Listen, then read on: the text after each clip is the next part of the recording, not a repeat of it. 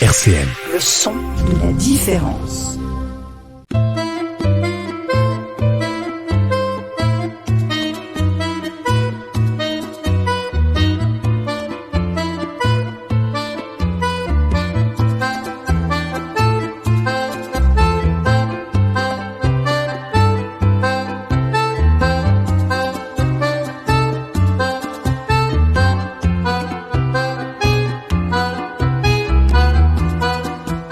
Bonsoir, c'est Culture Partagée sur 90.7. Gilles au micro pour parler ce soir de formation.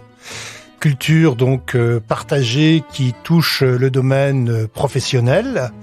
Et pour ça, deux invités ce soir.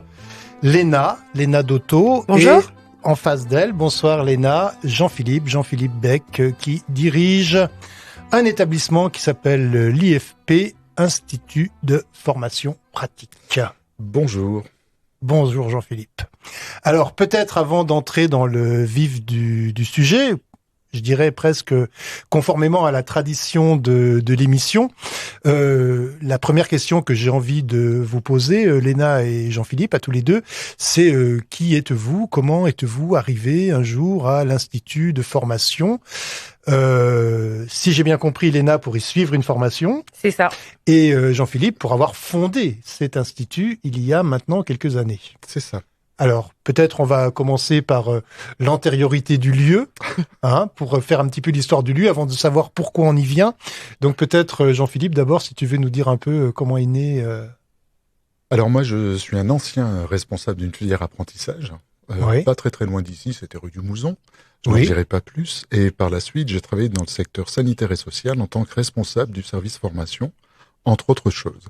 Et il se trouve qu'à un moment donné, nos chemins se sont séparés et que j'ai donc eu l'idée de créer un centre de formation, mais qui propose des choses un petit peu différentes de ce que proposent les autres sur le secteur sanitaire, social, Ouais. médico-social. C'est-à-dire quelque chose qui soit systématiquement adapté aux personnes qui viennent en formation. Nous sommes très à l'écoute des employeurs pour cette raison-là et toutes les possibilités de financement qui sont très difficiles à trouver, nous essayons de les trouver en amont. Donc on arrive avec des solutions qu'on appellerait sur mesure Oui. et quelquefois même avec le financement. Donc évidemment, ça intéresse un petit peu plus qu'une formation qui est totalement inadaptée aux besoins de l'employeur et pour lesquels il n'existe pas de financement. Donc l'idée est de faire quelque chose qui soit souple, très pratique, c'est dans notre nom, Institut de formation pratique, peu cher chaque fois que c'est possible. Quelquefois, il y a aussi des coûts à respecter, des investissements, et qui s'adapte systématiquement aux besoins et à la volonté du terrain. D'accord. Alors, comment tu es arrivé? Tu as dit que tu étais déjà investi dans le domaine de la formation, c'est-à-dire que ton parcours professionnel dès le départ est tourné vers la formation, ou alors tu y es arrivé à un moment donné au terme d'une réflexion. Comment ça s'est passé? Alors, c'est-à-dire que j'ai un parcours scolaire un peu étrange, mais je peux dire que mon premier diplôme est une licence d'espagnol, mais j'avais une UV d'ouverture sur les sciences de l'éducation. Bon, alors à l'époque, non, je pensais pas du tout travailler dans le monde de la formation, je dis ça, mais il y avait réellement une UV d'ouverture sur les sciences de l'éduc. Et après, j'ai passé plusieurs diplômes pour essayer de recaler mes expériences professionnelles avec le type de diplôme qui était requis pour exercer certaines fonctions. Donc mes deux derniers diplômes, c'est une maîtrise en sciences de l'éducation, bon ça c'est pas très étonnant, et un master 2 en management des organisations du secteur sanitaire et social. D'accord. Donc oui, c'est des formations, des expériences qui se sont succédées, quelquefois l'une avant l'autre. Oui. C'est aussi ce qui m'a permis de comprendre qu'il était nécessaire d'adapter les contenus et les formations au public auquel elles s'adressent. Et non pas faire quelque chose qui soit monolithique, une sorte de wagon SNCF dans lequel les gens rentrent s'ils veulent aller dans une ville. Mais évidemment, ils n'auront pas le choix d'aller dans une autre ville que celle pour laquelle le train est destiné. Voilà. Donc d'être vraiment adapté au terrain de l'emploi, quoi. C'est ça. Ok. Et alors, depuis combien de temps existe Alors l'IFP entre dans sa 12e année. Ah oui. Oui, on est assez fiers. Bon, il semblerait que ça puisse continuer encore longtemps malgré les péripéties pandémiques que nous avons subies en 2020, où on s'en est très bien sorti. Oui, oui. Ah, tu étais pas au courant? Non, je sais pas. Bon, on en reparlera après Oui, l'émission. j'ai dû manquer un épisode. D'ailleurs, je sais pas ce que c'est. Donc, on se souviendra longtemps de cette 11e et 12e année. Du coup, j'ai perdu le fil. Oui, depuis combien de temps, disais-je voilà. Donc, nous sommes dans la 12e année. Voilà. Donc, on est réellement parti de zéro. Ouais. Et au fur et à mesure que le temps a passé, nous avons développé plusieurs choses. Donc, on est surtout parti sur les formations modulaires, sur le secteur de l'aide à domicile, oui. Le secteur de la petite enfance, un tout petit peu d'insertion à l'époque. Et puis maintenant, évidemment, nous avons grandi de une personne. Moi, à l'époque, nous sommes 7 personnes, Léna étant la 7e. Ouais. Et nous avons maintenant des accompagnements VAE, un centre de formation d'apprentis. Bon, on y reviendra sans doute tout à l'heure. Donc VAE, validation d'acquis de l'expérience. Voilà. Et puis, nous nous préparons à mettre en place des bilans de compétences parce que ça nous est de plus en plus demandé par des personnes qui nous demandent habituellement des formations. Là, ça dérive un petit peu.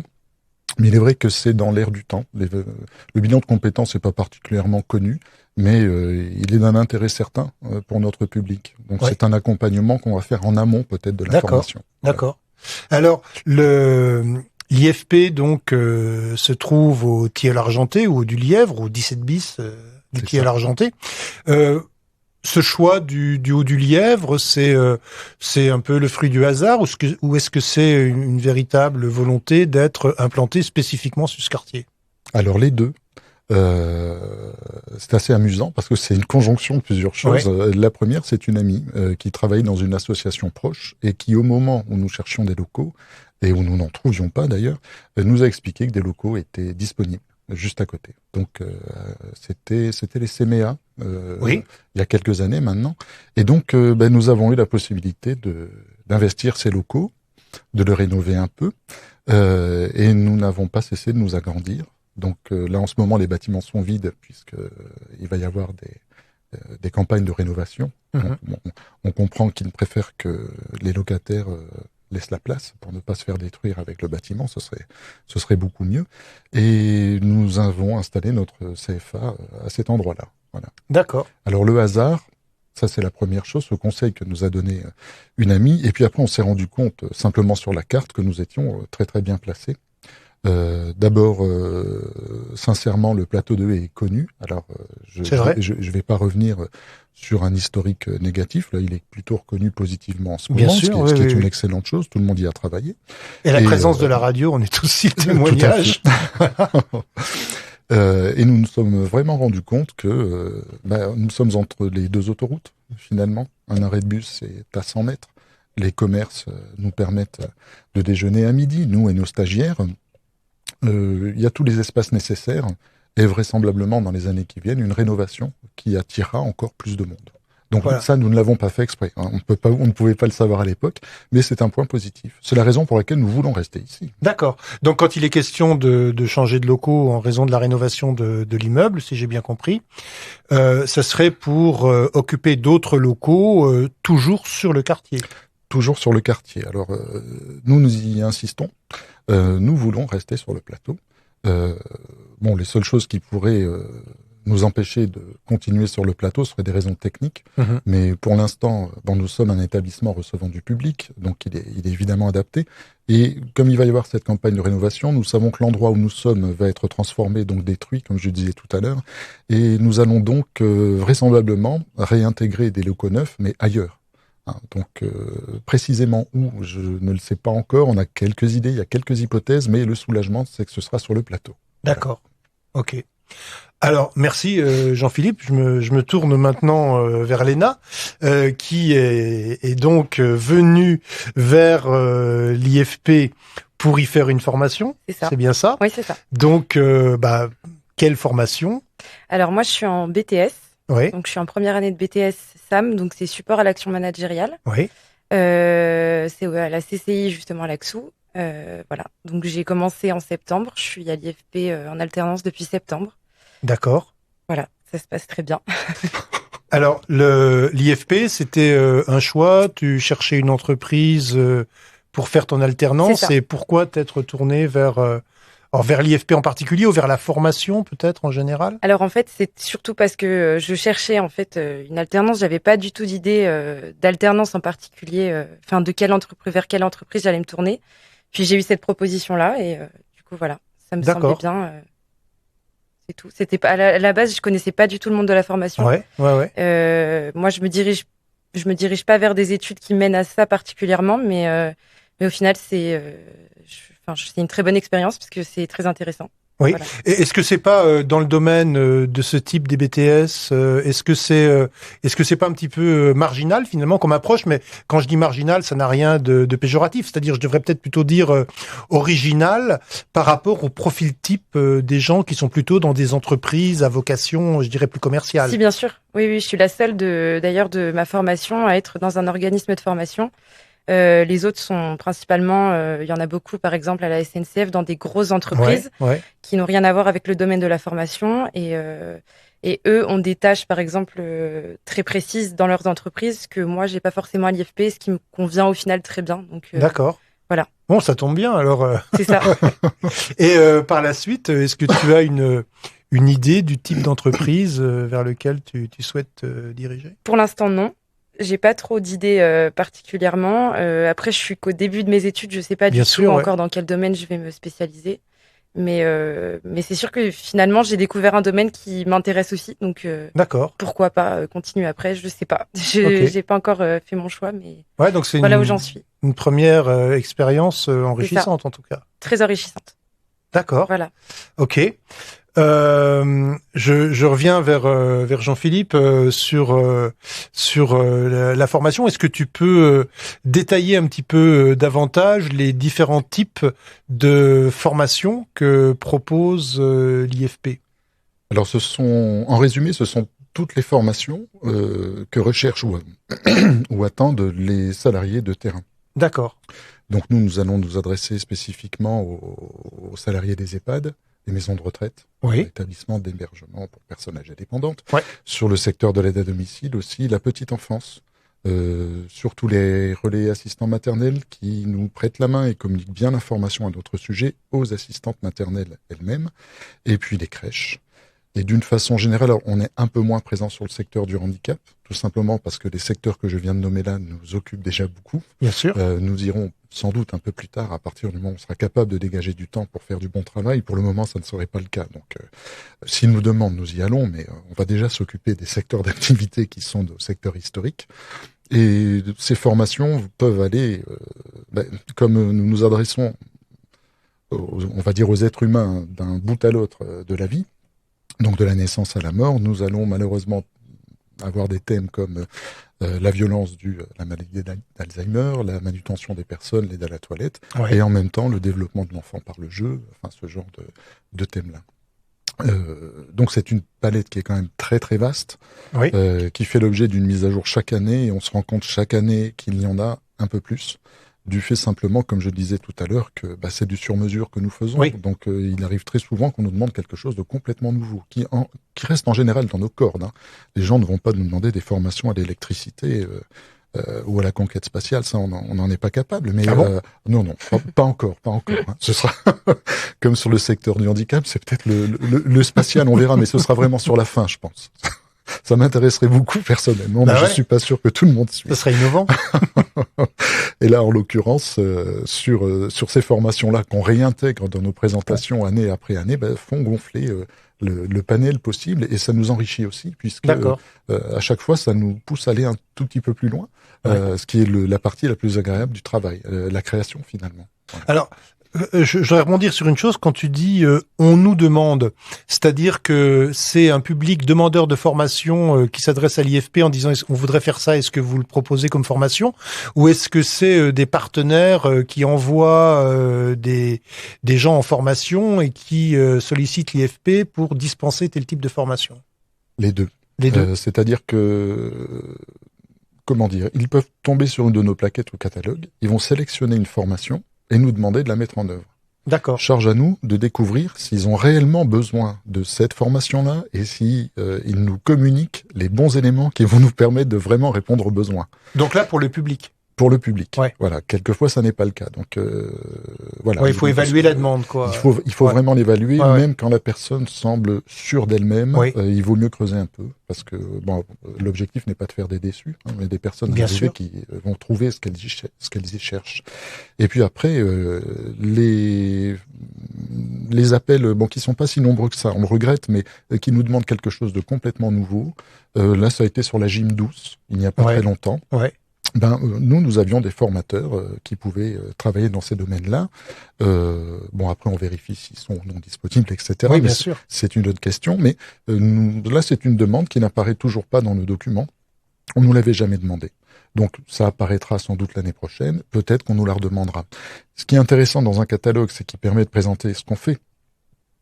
Le problème, c'est que c'est un peu enfermant. C'est-à-dire que les gens ne vont pas aller chercher d'idées au-delà du catalogue. Oui. Alors des fois, ils vont nous demander une adaptation, comme je disais tout à l'heure, ou ils nous la demandent pas et c'est nous qui la leur proposons parce que ça convient pas exactement à ce qu'ils souhaitent réellement.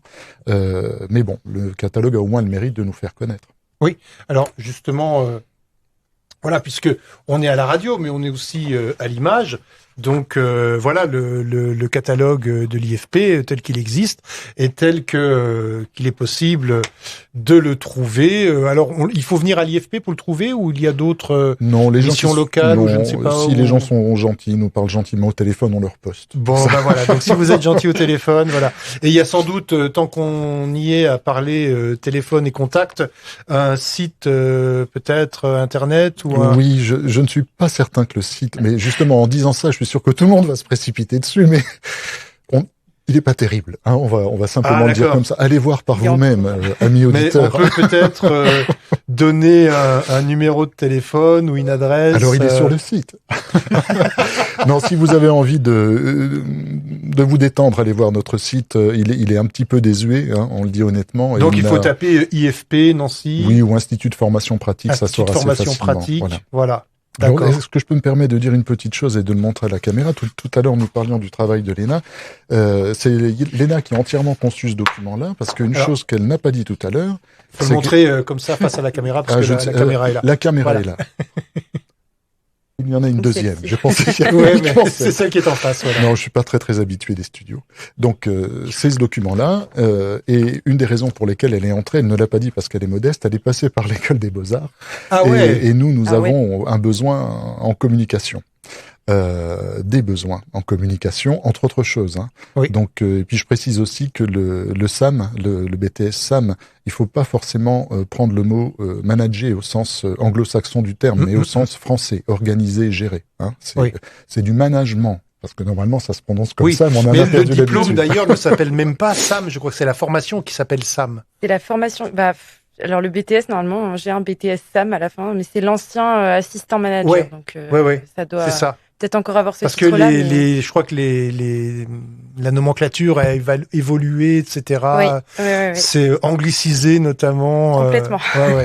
Voilà. Donc, ce qui fait que finalement, l'ENA se retrouve au centre de notre communication, avec l'aide d'une personne qui est en responsabilité sur ce poste-là aussi, Corinne Fels, et c'est elle qui travaille nos documents. Voilà. D'accord. Alors peut-être justement ça m'amène à rebondir sur les fonctions de l'ENA, puisque ça fait partie donc de ton travail en alternance. C'est ça. Est-ce que tu peux décrire du coup, comme Jean-Philippe vient de le faire pour les formations, un peu plus précisément tes missions à l'IFP? Comme je disais tout à l'heure, c'est assez polyvalent. Je suis donc beaucoup sur la communication, tout ce qui est communication visuelle, par exemple. Voilà. Réseaux sociaux aussi. On commence un peu à développer les réseaux sociaux. Bon, mais il faudra améliorer le site, si j'ai bien compris. Et Facebook. C'est promis. Voilà. Après, sinon, je vais aussi assister Valentine Antoine, une de nos collègues, sur la gestion de dossiers. Oui. Je peux faire, c'est assez polyvalent et c'est ça qui me plaît aussi. Je peux être autant dans la gestion que dans la communication visuelle. Oui, ce qui est quand même une compétence pas forcément si courante que ça, d'avoir quelqu'un qui peut à la fois créer des documents visuels et gérer d'autres formes de communication. J'apprends. Ouais, il y a déjà c'est formateur.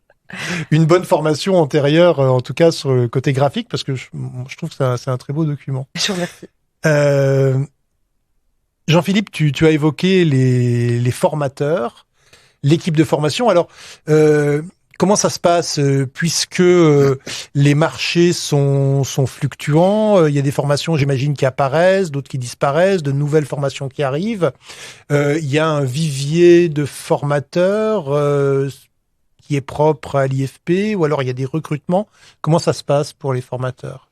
Alors, pour les formateurs, parce qu'au départ, tu commençais sur les marchés qui sont fluctuants. Ouais. Donc, je peux peut-être répondre sur ça, parce sûr. que on est toujours un petit peu ennuyé. Je parle pas de l'IFP, mais par les appels d'offres. Oui. Parce que l'appel d'offres amène à la non-qualité totale. La mise en concurrence. Ouais. Alors évidemment, si j'avais une autre solution, je promets que je la dirais, mais je n'en vois pas d'autre. Mais ça attire les marchés vers le bas. Mais bien sûr, parce qu'ils veulent dépenser le moins d'argent possible. Bien sûr. Ouais, Seulement, dans la confection d'un prix, il y a tout le travail de recherche avant. On peut appeler ça recherche et développement si on veut. Et puis après, il y a tout ce qui va concerner. Alors pour la formation, ça existe aussi, mais on va dire le service après-vente, par exemple. Il faut aussi s'occuper de ce que des stagiaires qui sont passés chez nous, etc. Il n'y a pas que l'acte de formation, c'est-à-dire le formateur en face d'un groupe de stagiaires. Il y a d'autres choses à prendre en compte et ça n'est plus pris en compte. Ce qui veut dire que si nous répondions régulièrement à ce type d'appel d'offres, ce que nous ne faisons pas pour cette raison-là, on serait obligé d'être systématiquement tiré vers le bas en qualité. D'accord. Et nous, notre image, elle est à l'inverse.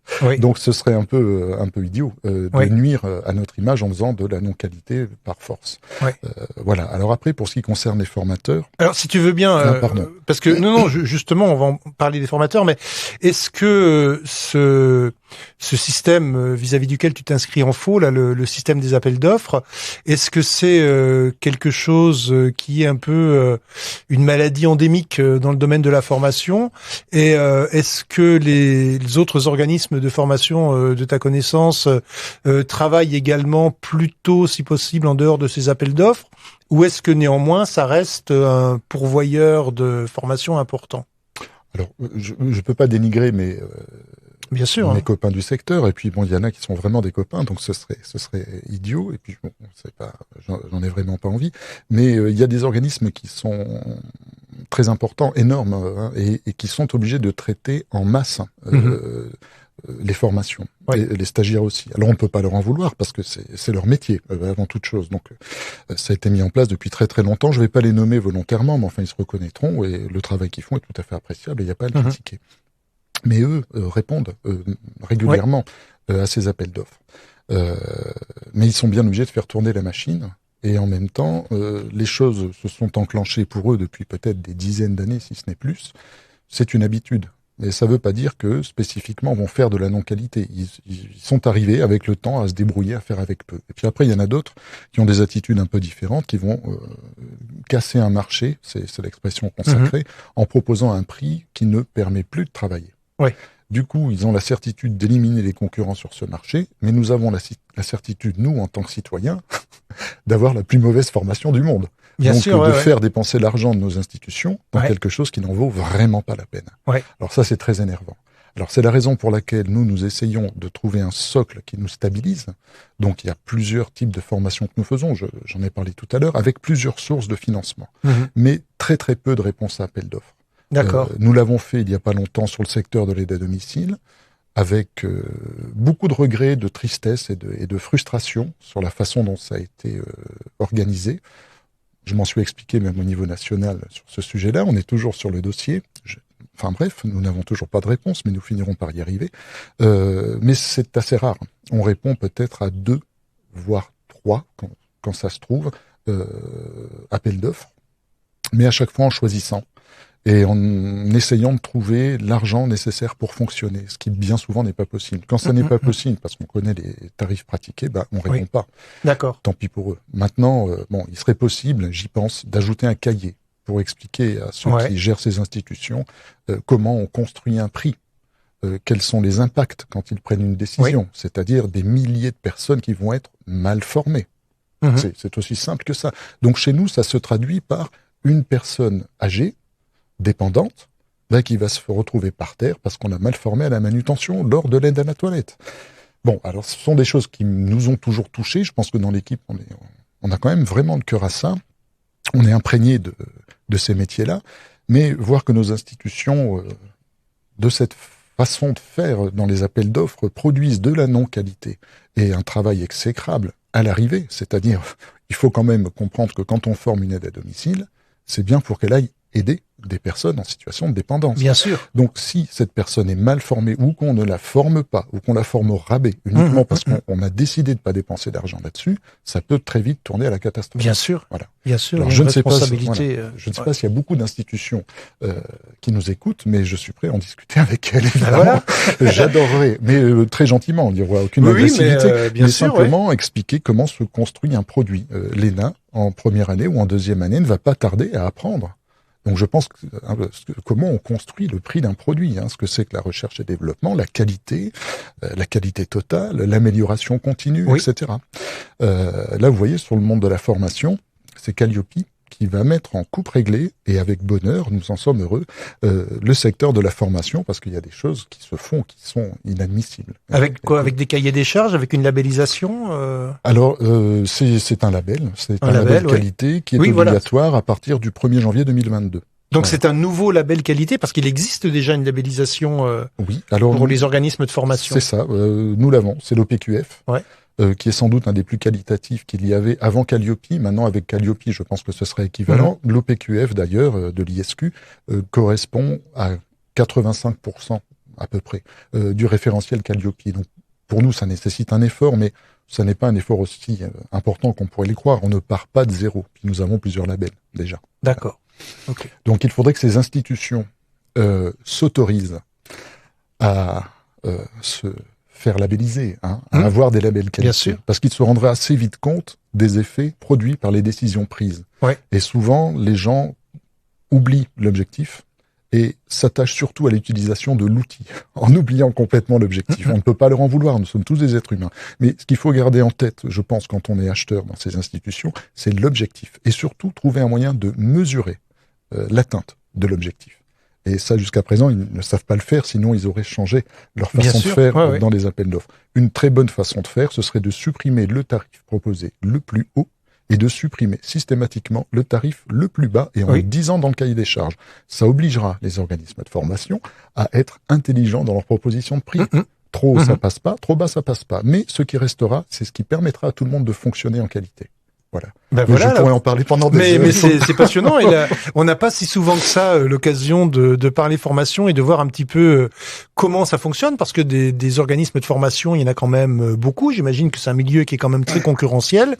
Donc souvent, on voit l'organisme de formation quand on est demandeur d'une formation et on ne sait pas comment cette formation a été montée, comment elle a été financée, etc. Donc je trouve que c'est très important d'une part d'en parler, et puis pourquoi pas de lancer un appel au dialogue si des confrères, des concurrents, des partenaires, etc. veulent en parler. Alors, je n'ai pas perdu de vue que l'on devait parler de l'équipe de formation, mais comme ça fait déjà un petit moment que l'on parle, je vous propose une première pause musicale et on se retrouve juste après dans Culture Partagée sur 90.7.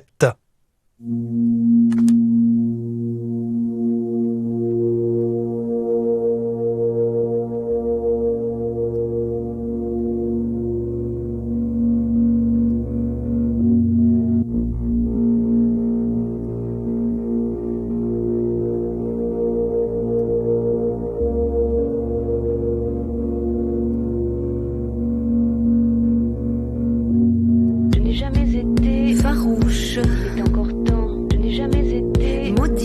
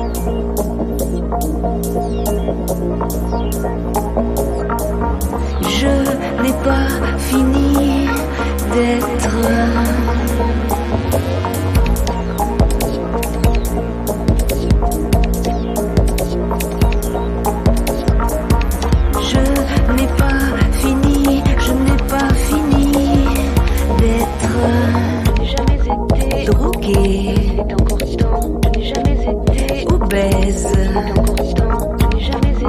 handicapé, imposable, sous pression, sûr de moi, cloné, otage,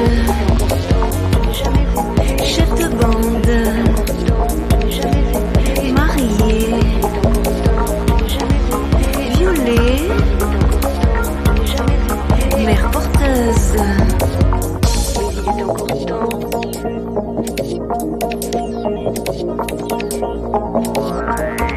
Je n'ai pas fini d'être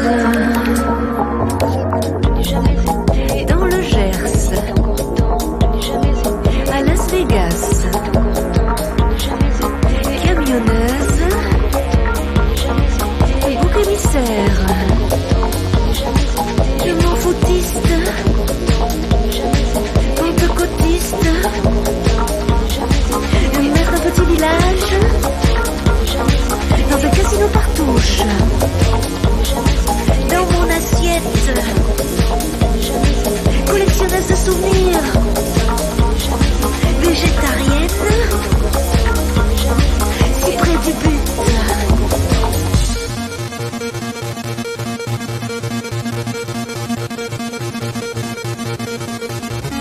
Je n'ai pas fini d'être.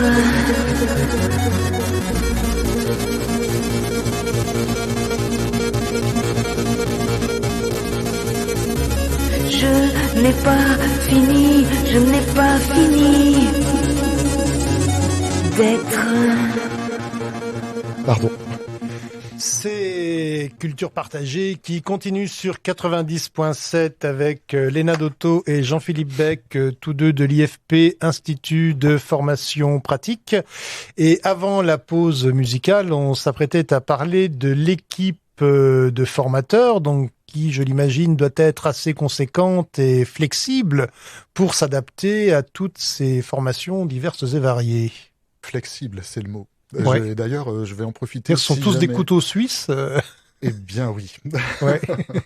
Vraiment flexible. Et d'ailleurs, bon, on va pas pouvoir tous les nommer parce qu'ils sont quand même très nombreux, mais j'ai quand même une petite pensée pour eux parce qu'on va pas pouvoir les nommer, mais c'est quand même eux qui font le travail de terrain, bah oui. Et qui est finalement le plus important. C'est eux qui portent l'image de notre organisme de formation. Bien sûr. Mais alors ces formateurs, ils sont attachés à l'IFP, ils sont sous contrat temporaire. Comment ça se passe? Comment ils sont recrutés? Alors nous avons 3 permanents, mais qui ont aussi des tâches administratives, des missions administratives au sein de l'IFP. Et sinon, alors, donner le nombre exact, c'est compliqué, mais on va dire que c'est entre 120 et 150 CV dans la CVTech, dans la première rubrique, c'est-à-dire la première, quand nous recherchons par exemple, une compétence, voilà. C'est dans ce fichier-là que nous allons chercher. D'accord. Sinon, on a un deuxième fichier qui en contient à peu près autant des CV, mais qui là sont des personnes un peu plus éloignées, alors quelquefois géographiquement ou simplement dans la relation, mais qui ont des compétences. D'accord. Et on est susceptible de les appeler parce que justement, on nous a demandé quelque chose sur mesure et que nous savons que cette personne a cette compétence. Donc ça, c'est des CV qui sont là, sous le coude, et qui sont prêts à être sollicités s'il y a une demande particulière sur cette compétence. C'est ça. Mais en réalité, si on regarde, on va dire, dans la régularité des interventions, on doit être autour de... Allez, c'est en comptant honoraires et vacataires, parce qu'il faut compter les deux, peut-être une 60aine de personnes qui interviennent chaque année à coup sûr. Hein, d'accord. Avec des pièces rapportées, comme je disais, qui viennent s'ajouter de temps en temps. Ouais. Mais globalement, ça fait quand même une belle équipe de formateurs. Ah oui, effectivement. Et avec peut-être aussi, sans doute, des fidèles qui interviennent régulièrement depuis le début sur des formations récurrentes. Tout à fait. Et ce sont des fidèles qui sont devenus des permanents. D'accord, oui, évidemment. Ça n'était pas une idée au départ, mais ça s'est trouvé comme ça. Et ça fonctionne très très bien parce que quand vous organisez pour vos pairs ou vos anciens pairs une formation, vous savez ce qu'il ne faut pas faire si vous voulez rester bien copain avec eux. Okay. On a une relation comme ça qui est très particulière et c'est aussi pour ça que ça fonctionne, c'est que nous n'avons pas intérêt à fâcher les formateurs parce que ils risquent de nous quitter, de nous dire non, moi je ne fonctionne pas comme ça, mercenaires. Ça ne va pas. Ils sont moins bien payés que les mercenaires. Non, j'exagère. Je pensais que tu allais dire qu'ils avaient une meilleure mentalité que de se vendre aux mieux offrants. Ça, je ne sais pas. Je me suis jamais posé la question. Ils sont compétents, c'est l'essentiel. Oui. Mais en tout cas, ce qui est certain, c'est que dans ce rapport-là, nous savons que nous devons faire en sorte qu'ils se plaisent à l'animation des formations. Donc, on va essayer de leur éviter tout le travail administratif, enfin tout ce qui est possible. Il y en a quand même un tout petit peu. Essayer de leur trouver des lieux qui conviennent à ce qu'ils souhaitent, le matériel pédagogique, etc. Oui. La meilleure définition de ce qu'attendent les personnes dans la salle. Enfin bref, j'ai été formateur moi-même et je sais ce qu'il ne faut pas faire, ou je sais ce qu'il faut faire si on veut me faire partir, plus exactement. Et eux, dans l'autre sens, pensent la même chose. Autant bien faire notre travail, comme ça cette relation, elle va perdurer. Bien sûr. Donc on est liés de cette façon-là, plus par, on va dire, des accords tacites et moraux, mais qui n'ont jamais été écrits et je crois jamais dit. J'en ai peut-être parlé avec certains d'entre eux, mais là, c'est la première fois que je rends cette réflexion publique. mais c'est réel. Oui. Alors, justement, par rapport aux permanents ou aux formations qui ont amené à cette permanence, quelles sont les formations qui sont les plus récurrentes, les plus anciennes, les plus demandées parce que j'imagine qu'il y en a quand même qui sont, s'il y a des formateurs permanents, c'est qu'il y a des formations qui sont plus sollicitées que d'autres. Eh bien là, nous allons revenir sur la notion du couteau suisse. Parce que ils sont tous polyvalents. Du moins, les permanents ont de grands champs de compétences. D'accord. En plus de la gestion administrative. Donc oui, ce sont quand même des couteaux suisses. Alors, ça n'est pas exactement comme ça que ça s'est défini. C'est plutôt les potentialités de ces personnes-là qui étaient intéressantes. Nous avons effectivement des formations qui nous sont demandées régulièrement, des formations pour le coup pratiques et techniques. Par exemple la manutention. Okay. Voilà, quand on manutentionne une personne pour l'aider à faire sa toilette. Oui. Ou par exemple, simplement la relation d'aide, ou le comportement à avoir quand on est en face d'une personne en situation de dépendance, ou qui ne va pas tarder à l'être. Donc, ce type de formation-là, je pense qu'on nous les demande depuis longtemps, on nous les demandera encore très longtemps, enfin, malheureusement, mais nous sommes tous amenés à vieillir et à être en situation de dépendance à un moment donné. Bien sûr, oui. Donc, espérons que les gens qui s'occuperont de nous seront bien formés, entre parenthèses. Et il y a des phénomènes de mode dans la formation. Ça peut paraître étrange, mais sur le secteur petite enfance, notamment, nous avons eu la mode, entre guillemets, Montessori. Alors, oui. Moi, je n'ai rien contre Maria Montessori, mais mon UV d'ouverture à la fac d'espagnol, c'était sur Piaget. Donc, c'est une autre école. Voilà, c'est une autre école. Et il y en a bien d'autres qui sont très intéressants aussi. Pédagogie innovante. Mais bon, il y a eu une mode, mais surtout due au marketing. Je pense qu'il devait y avoir des intérêts derrière. Bon, enfin, nous avons quand même beaucoup formé à la méthode Montessori. Donc il y a des mouvements de mode, mais on peut pas se baser sur ça pour s'assurer de l'activité d'un permanent et lui assurer son poste, ses missions. Sûr.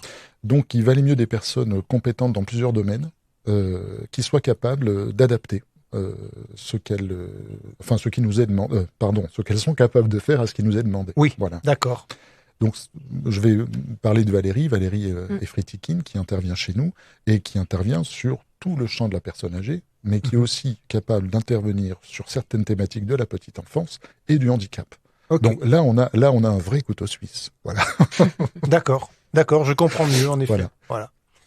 Et alors peut-être puisqu'on parle des formateurs, on peut peut-être parler aussi non seulement de ces permanents qui ont diverses compétences, mais le noyau, l'équipe, c'est combien de personnes, c'est quel type de poste à l'intérieur de l'IFP. Je sais pas qui de vous deux veut répondre. Donc je réponds. Alors, je peux essayer de répondre, peut-être pas avec toutes les précisions que tu pourras apporter, mais... On peut faire moitié-moitié. Voilà. Tu parles sous contrôle. Moitié-moitié, ça va être dur, on est 7. Ah. En tout cas, voilà, on est 7 personnes du coup, donc je suis la dernière arrivée. Donc, il y a Corinne Feltz qui est en charge du coup de la communication, du pôle formation sécurité. Tu me dis, Jean-Philippe, et de la qualité. Et de la qualité, c'est ça. Valentine Antoine, qui est en charge de la gestion des dossiers de formation et C'est notre coordinatrice. Coordinatrice de formation. Ensuite, il y a Marie-Claire Marie-Claire Jacques qui s'occupe de toute la partie, pareil, de la gestion, c'est coordinatrice. Gestion administrative et logistique avec une spécialisation du label Hyperia. Hyperia, c'est ça. Ce qui est quelque chose quand même. On peut rendre hommage à Marie-Claire. Et après, il y a Marianne Guilleminot qui, alors elle est en charge du coup de toute la partie VAE, c'est ça? Voilà. Des formations aussi sur la communication gestuelle. Donc parler avec un mot, un signe. La langue des signes française. La langue des signes française. D'accord. Ah oui. Voilà. Et il reste du coup Valérie Efretikine, qui elle donc est formatrice. Donc c'est ce que disait Jean-Philippe. Elle est formatrice pour le secteur personnes âgées, du coup. Voilà, et aussi ingénieur de formation. Je ne l'ai pas dit tout à l'heure, parce que nous parlions que de formation. Mais bon, oui, voilà. D'accord. Voilà. Et après, il reste nous deux, du coup. D'accord, oui, donc c'est une équipe conséquente quand même. Oui. Ouais. C'est bruyant dans les bureaux, parfois. Mais c'est signe de vie. Mais alors, comment se finance la structure? Est-ce que ce sont les financeurs, les partenaires, les stagiaires, les gens formés qui payent leur formation? Comment vit économiquement l'IFP? Alors, on ne demande jamais de l'argent aux individus. C'est jamais une personne qui va sortir de l'argent de sa poche pour nous payer. Mais est-ce que c'est un refus, ou si quelqu'un dit moi je veux faire une formation, j'ai pas de droit à des aides, etc. Donc par contre j'ai un peu d'économie, je la finance. Bon, alors comme on est entre nous. Personne n'écoute. Je vais me permettre de dire des choses peut-être que je regretterai après, mais tant pis, j'assumerai. Donc nous refusons qu'une personne paye de sa poche une formation. D'accord. C'est le premier point à savoir, parce qu'il existe toujours des sources de financement, quel que soit le statut de la personne. Donc si c'est un salarié, c'est très facile à trouver. Nous en connaissons bien les arcanes, c'est pas un problème. Oui. Les questions se posent après pour des personnes qui veulent une formation spécifique et qui sont par exemple au RSA. Ouais. Je vais prendre un exemple. Alors, quand nous avons la chance d'avoir un groupe qui est déjà financé, on peut accueillir cette personne. Voilà. Donc elle n'aura pas à chercher de l'argent, on va l'accueillir. Bon. Dans certains cas, lorsque nous avons un groupe financièrement équilibré, à quoi ça nous servirait de faire rentrer quelques euros supplémentaires de la poche d'une personne qui n'a pas ces euros? Oui. Donc, nous formons quelquefois des gens gratuitement. Tant pis si je me fais taper sur les doigts par la suite, mais c'est une réalité. Alors, pas des milliers de personnes non plus, parce que je comprends. Mais à chaque fois que c'est possible et qu'une personne souhaite cette formation et qu'elle n'a pas les moyens financiers et que la formation est déjà financée, donc voilà, pourquoi pas. Si c'est équilibré, à quoi ça nous servirait, nous, financièrement, de récupérer quelques dizaines d'euros? C'est pas, voilà. Donc, nous le faisons parce que surtout, nous travaillons pour les secteurs d'activité. Je les ai nommés tout à l'heure, la petite enfance à domicile, les EHPAD, etc., le handicap. Et de toute façon, nous nous y retrouvons. Si effectivement nous étions en difficulté financière, on essaierait de faire attention et peut-être qu'on demanderait ces quelques dizaines d'euros qui pourraient nous sauver la vie. Mais pour le moment, nous n'en sommes pas là. Notre système de gestion fait que nous prenons l'argent qu'on nous propose pour mettre en place les formations, toujours par des financements qui viennent de l'OPCO, de la région, de Pôle emploi, par exemple, ou par exemple quelque chose que les gens commencent à connaître un petit peu, mais le compte personnel de formation. Oui. Pour les salariés. Pour les salariés ou les personnes qui disposent d'un CPF, en fait. D'une façon générale. Et là, il y a des petites contraintes. Pour que ce soit finançable, il faut que ce soit certains types de formations. Donc, on fait attention à ça. Mais voilà nos sources de financement. Nous n'avons pas une manne qui tombe régulièrement d'une institution. Nous sommes tenus de bien gérer notre argent, si nous voulons survivre, d'en dégager un petit peu pour faire des actions comme celle que je disais tout à l'heure, accueillir des gens gracieusement dans une formation, simplement parce qu'ils en ont besoin. Sur certaines formations, sous certains labels, il faut il faut correspondre à certaines spécificités. Il faut pouvoir fournir un bulletin de salaire, prouver qu'on a eu tel et tel agrément, etc. Nous avons des personnes, essentiellement des dames, qui ont quitté le circuit, entre guillemets, et qui n'ont pas tout ce qu'il faut. Mais elles veulent y revenir, ou retrouver un travail. On va pas dire à cette dame, non, on vous prend pas, nous on a un groupe qui est équilibré, on va pas s'embêter avec un stagiaire de plus. On la prend, et puis ça fait un professionnel de plus sur le secteur. Voilà. Un jour, peut-être qu'elle se souviendra de nous et qu'elle voilà, elle aura un mot gentil, mais on ne le fait pas pour ça. Mais ce sont de toute façon des personnes qui partent renforcées sur le secteur, qui peuvent se remettre au travail ou en trouver. Voilà. D'accord. Très bien. On fait une deuxième petite pause musicale et puis on continue à parler formation juste après.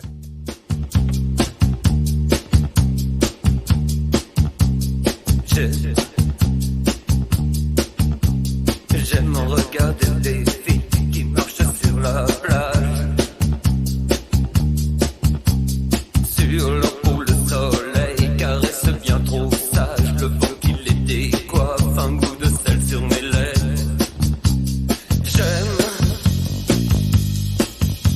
J'aime regarder les filles qui marchent sur la plage. Les hanches qui balancent et les sourires fugaces. Je regarde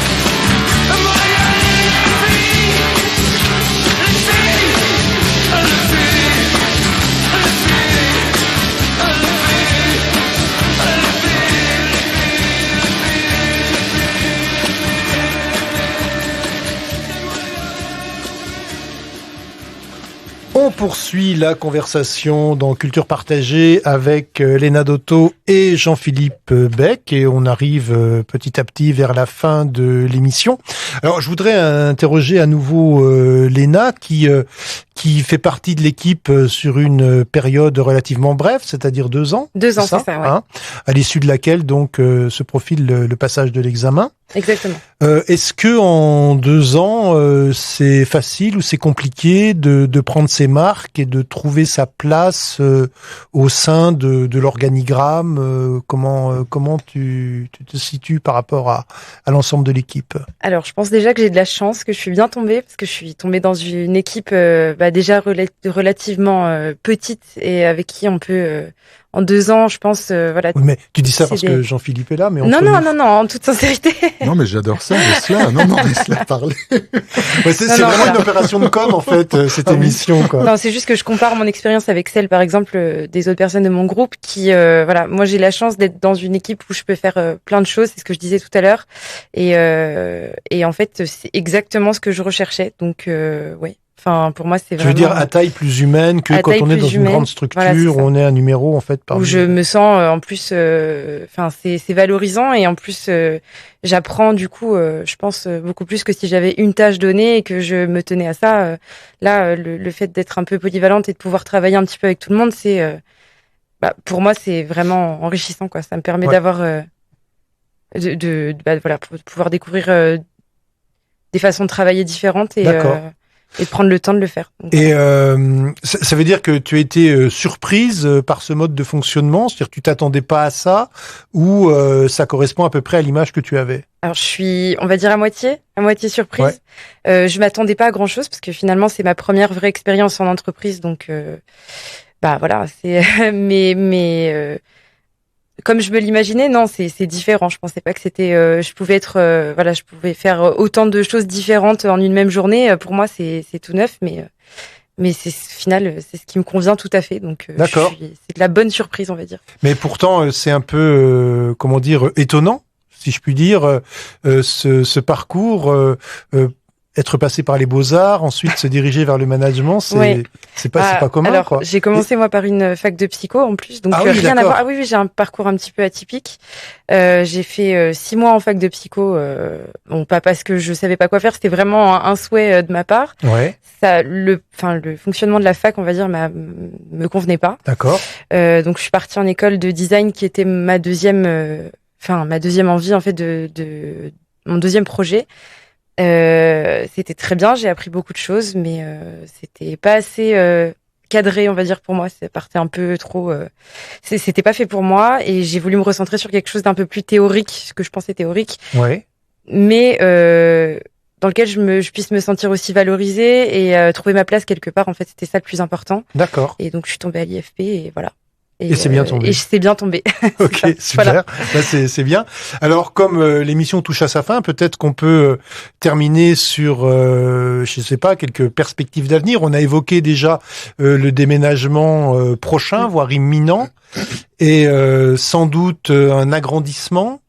Alors, qu'est-ce qu'on peut ajouter? De nouvelles perspectives, une équipe plus importante. Qu'est-ce que ça va être, outre l'investissement de nouveaux locaux? L'un et l'autre, c'est-à-dire qu'il y a de nouveaux projets qui se font jour. Je disais tout à l'heure que nous commencions tout juste avec les bilans de compétences, mais le gros morceau, entre guillemets, des mois qui viennent, c'est le CAP, AEPE, accompagnant éducatif petite enfance, qui nous est beaucoup demandé, sur lequel nous avons pour le moment peu répondu, et nous sommes en train de travailler la mise en place d'un contrat, d'une section d'apprentis AEPE sous contrat d'apprentissage. D'accord, parce que tu parles d'apprentis, et justement, l'IFP est un CFA. Oui, CFA, donc on a dédié une partie du CFA au secteur de l'aide à domicile. Donc nous formons des apprentis sur le titre assistant de vie aux familles.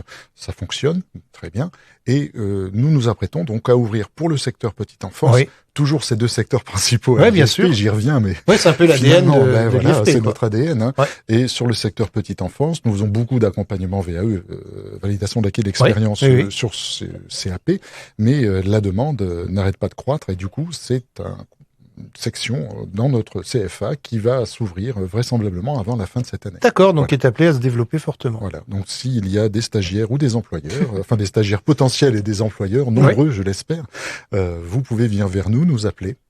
Voilà. On s'attendait pas à la page de pub sur la fin, mais c'est gentil de nous donner cette occasion. Mais c'est aussi une façon, c'est aussi le but de l'émission, de valoriser les initiatives sur le quartier. Et je trouve que voilà, c'en est une qui mérite d'être soulignée et de dire qu'il y a un CFA aussi sur le quartier. C'est pas forcément quelque chose que tout le monde sait, donc je crois que c'est important de le dire. Bien, merci en tout cas d'avoir répondu à mon invitation. Merci pour votre présence et votre bienveillance, votre humour cet après-midi. Je vous souhaite évidemment de poursuivre vos activités au mieux et je vous dis peut-être à dans quelques temps pour faire le point sur les nouvelles activités ou le développement de l'IFP. Merci à tous les deux. Merci beaucoup. Au revoir aux auditeurs et à bientôt la prochaine fois, le mois prochain. Voilà, au revoir.